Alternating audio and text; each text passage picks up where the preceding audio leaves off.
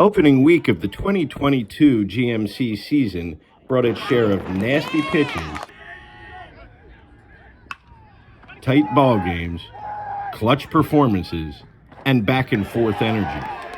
We have all the highlights and big hits, and we go flying around the bases as East Brunswick and Old Bridge meet in a tale of two games. Catch all the drama of live baseball action as GMC The Quest comes at you next. Now somebody hit the music.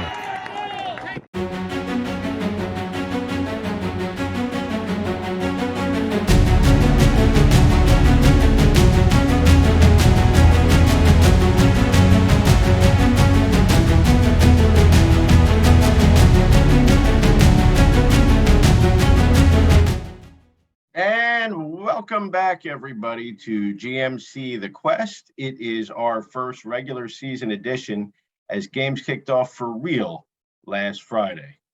A few teams were reminded how tough it can be to sweep a two-game series in this conference.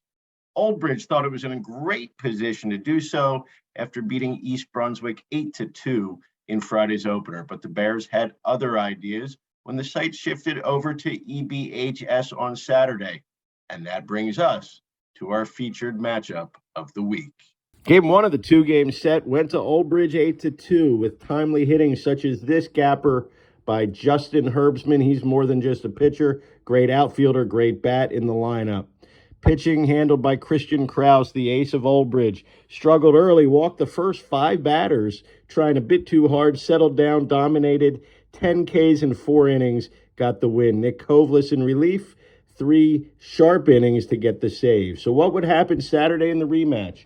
Mike Marchese, East Brunswick, dominating, came out strong, and that was huge in this game to get the momentum back in their favor. First inning, Marchese with a pair of strikeouts, one here, then getting the very dangerous number 3 hitter, Kyle McSorley, getting the momentum back to East Brunswick. And for Old Bridge, it was Herbsman on the mound. Herbsman, the Virginia Tech verbal commit, sharp early, looking his usual strong self. Fantastic breaking ball, as you see here, to get a strikeout early in the game. Looked like we were in for a pitcher's duel, but some sloppy play behind Herbsman led to this. Vinny LaRocca base hit in the second to score a pair of runs. Turns out it wasn't a hit after all, because LaRocca missed first base and was called out, but the run still counted. And from there, Aiden Gonzalez took over. Gonzalez with a big RBI single here. Old Bridge gets another run a little bit later here on a second base hit by Gonzalez. Old Bridge keeps tacking on throughout the game.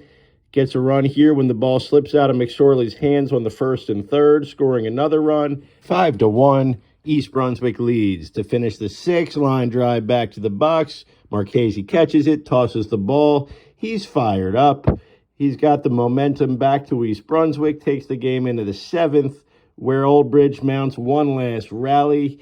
McSorley starts the inning off with a base hit to left, getting some revenge. Next batter up is Will Kennedy.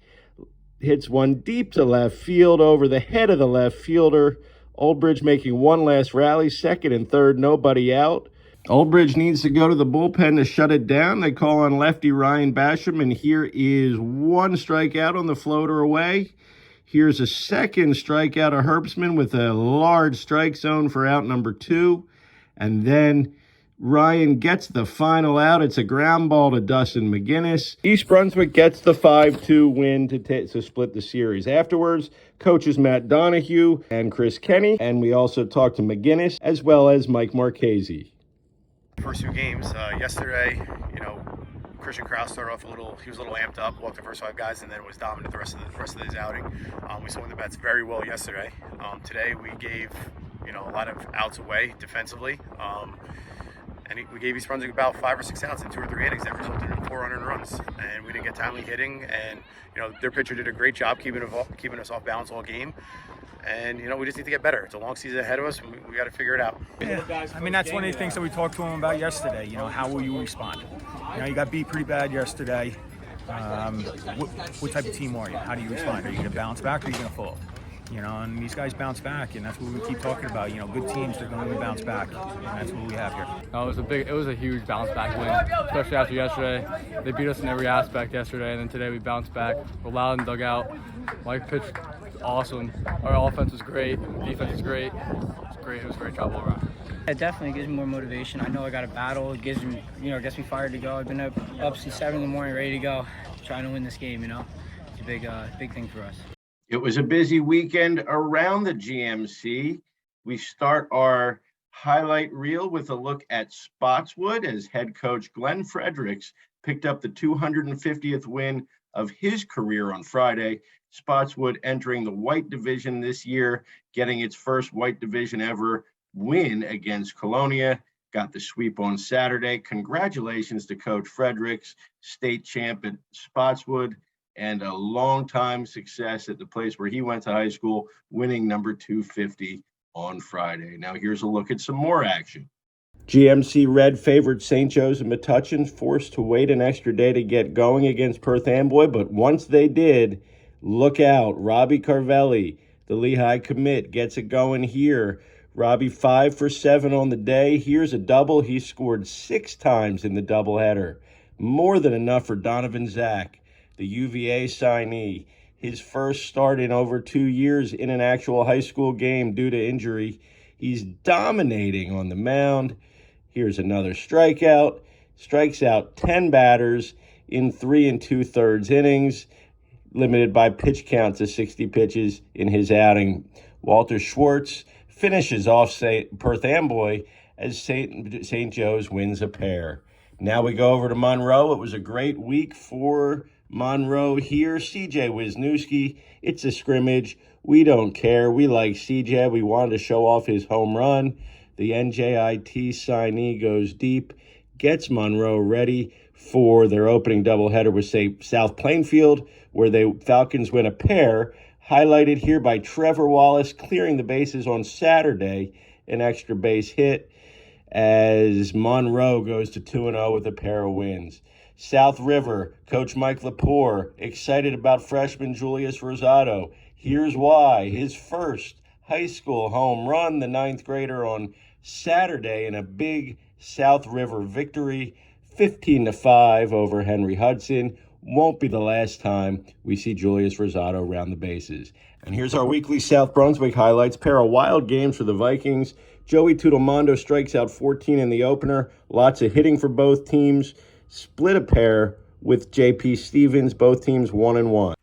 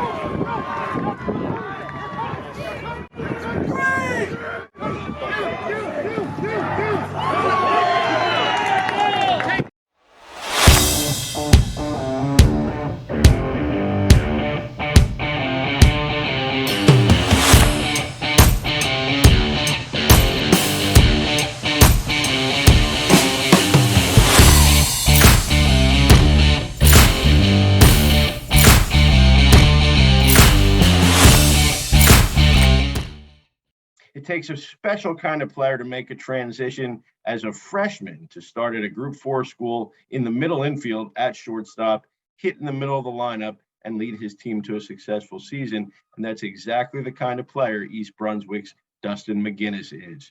We learn about Dustin this week as he's the feature on our Player Spotlight. And this week on the Player Spotlight here on GMC The Quest, we have one of the top sophomore players in the Greater Middlesex Conference. We're joined by East Brunswick's shortstop and cleanup hitter, Dustin McGuinness. Thanks for coming on, Dustin. Nice to be here. Thank you for having me. Definitely. Let's talk some East Brunswick baseball because, I think that when you look at the Red Division, everybody's eyes go right to St. Joe's and probably rightfully so because they won the whole thing last year. And, South Brunswick is getting a lot of love early in the season and Edison's getting a lot as a kind of a spoiler possible champ. And I don't know that a lot of people are looking at East Brunswick. So let's, it kind of is that's sort of the feeling this year. And how do we turn that around? I think that we're just going to play a lot of small ball. We're going to play our roles. We don't have a bunch of power hitters, but like I said the other day about Marchese, when he's on the mound, I think when I'm on the mound, we have a good shot to beat anyone we want. So I think that we can definitely compete with any of these teams in the GMC.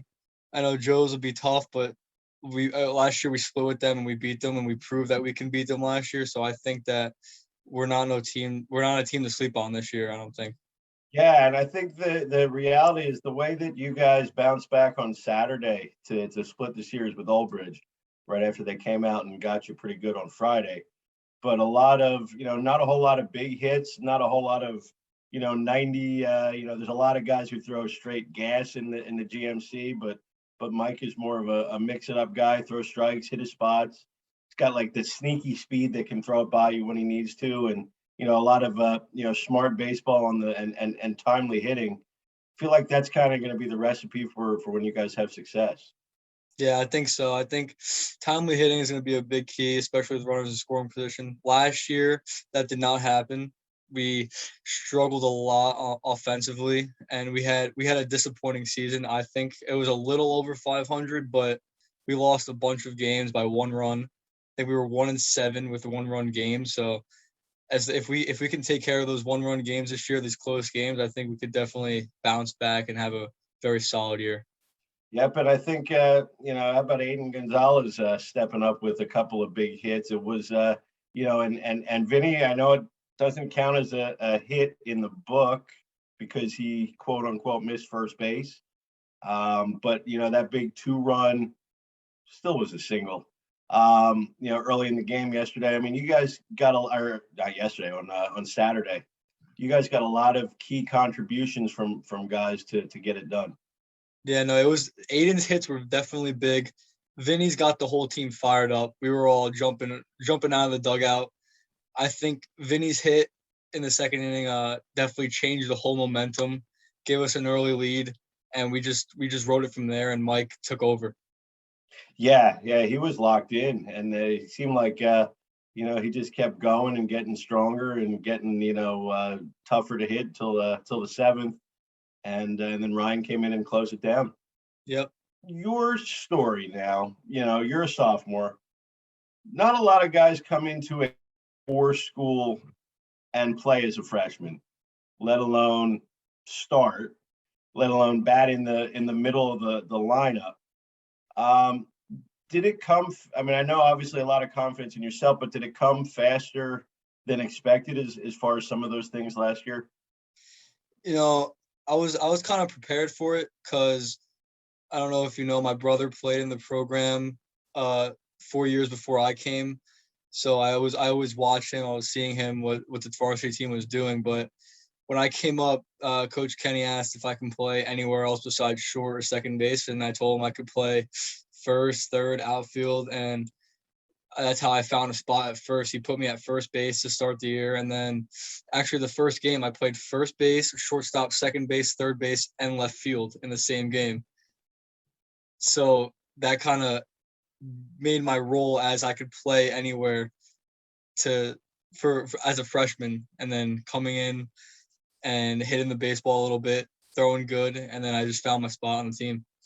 Yeah, you got a lot of pitching. You got a lot of innings on the mound too, again, as a 9th grader, and a lot of success. Describe yourself as a pitcher.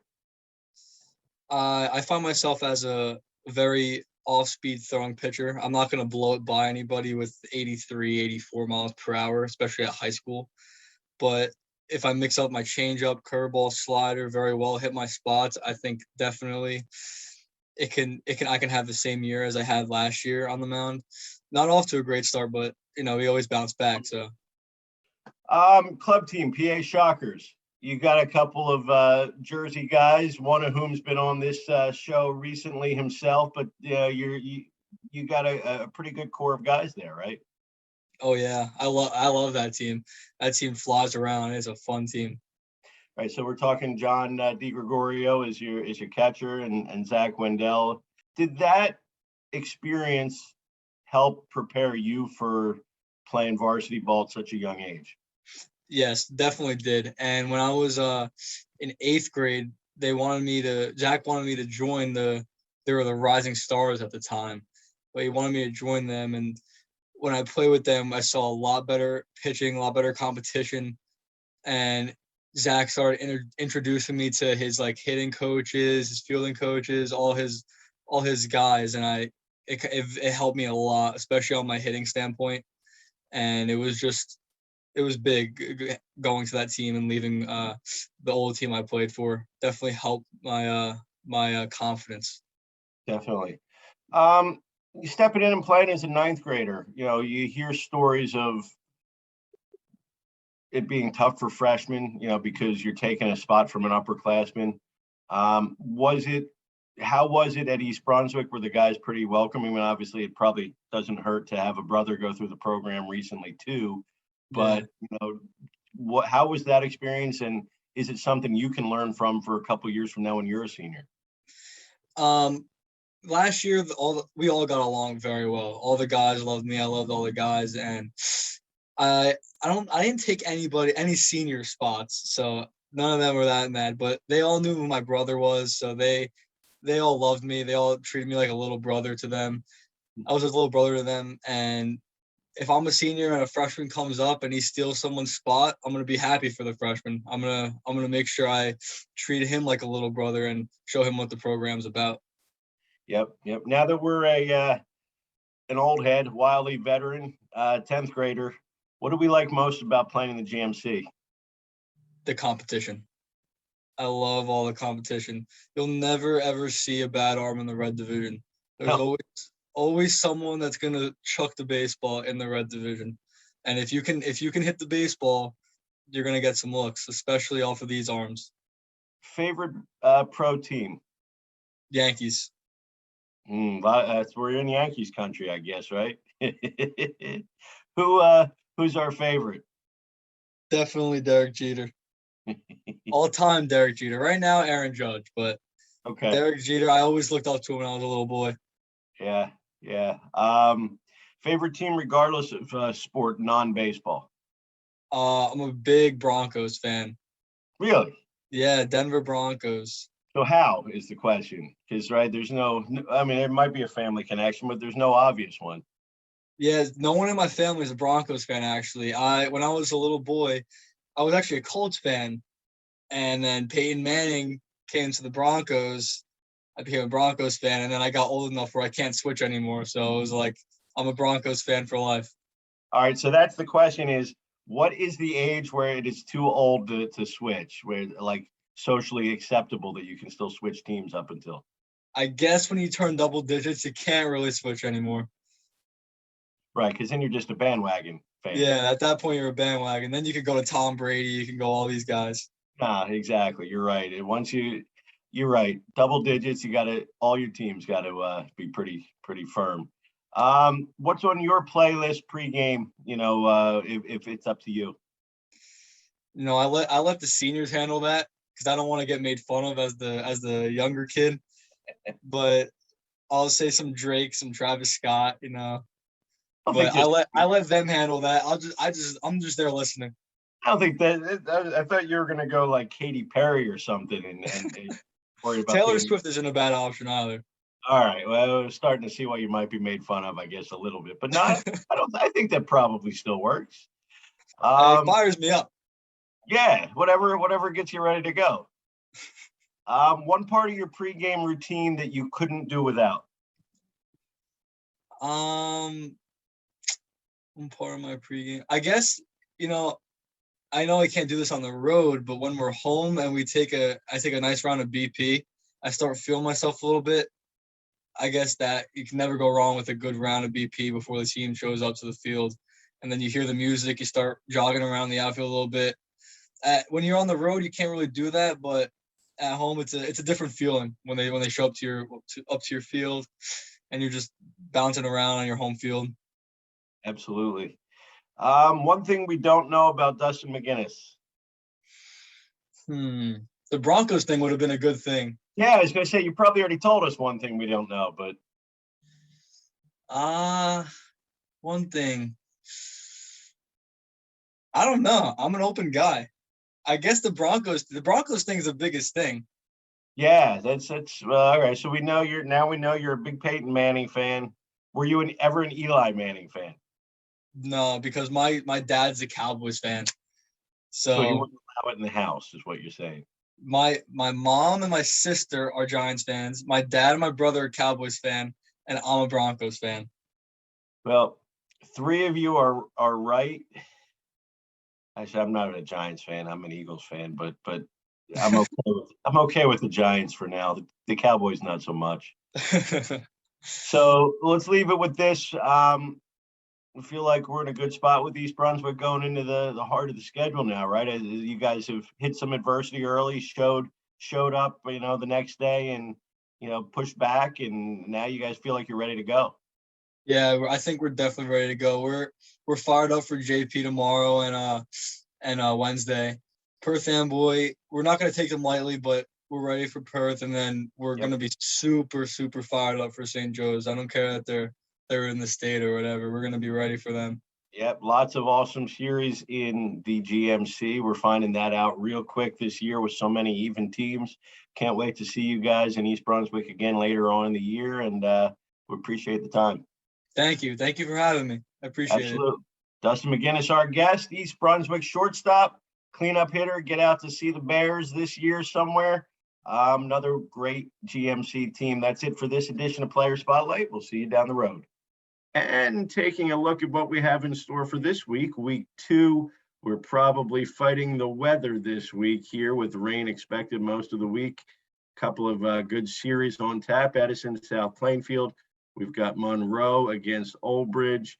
We've got a former blue division, now white division showdown between Metuchen and Spotswood. This weekend, weather should get a little bit nicer. We've got a big one. Saturday, Monday is your week 2 weekend conference slate. St. Joe's, Metuchen against South Brunswick. The big one, Edison and Old Bridge. That should be a great 2-game set as well. Everything in the GMC, of course, very tight this year with the realignment. That is all the time we have for this week. We hope you enjoyed our show, and we look forward to seeing you back in 7 days. Have a great weekend, everybody. We'll see you out at the field.